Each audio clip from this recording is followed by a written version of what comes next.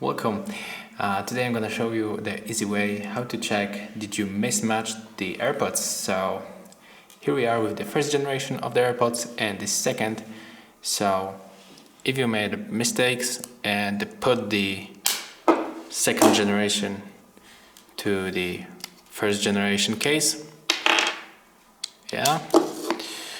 you close it, and right now on your iPhone pops up the notification the AirPods is charging case are different generation and they do not work together. And you can also see which one is from the first and from the second. So for the first is our right AirPod and the second is, in the left is the second generation. So when we just move the second outside and put the first, right now we have to close this notification, open it,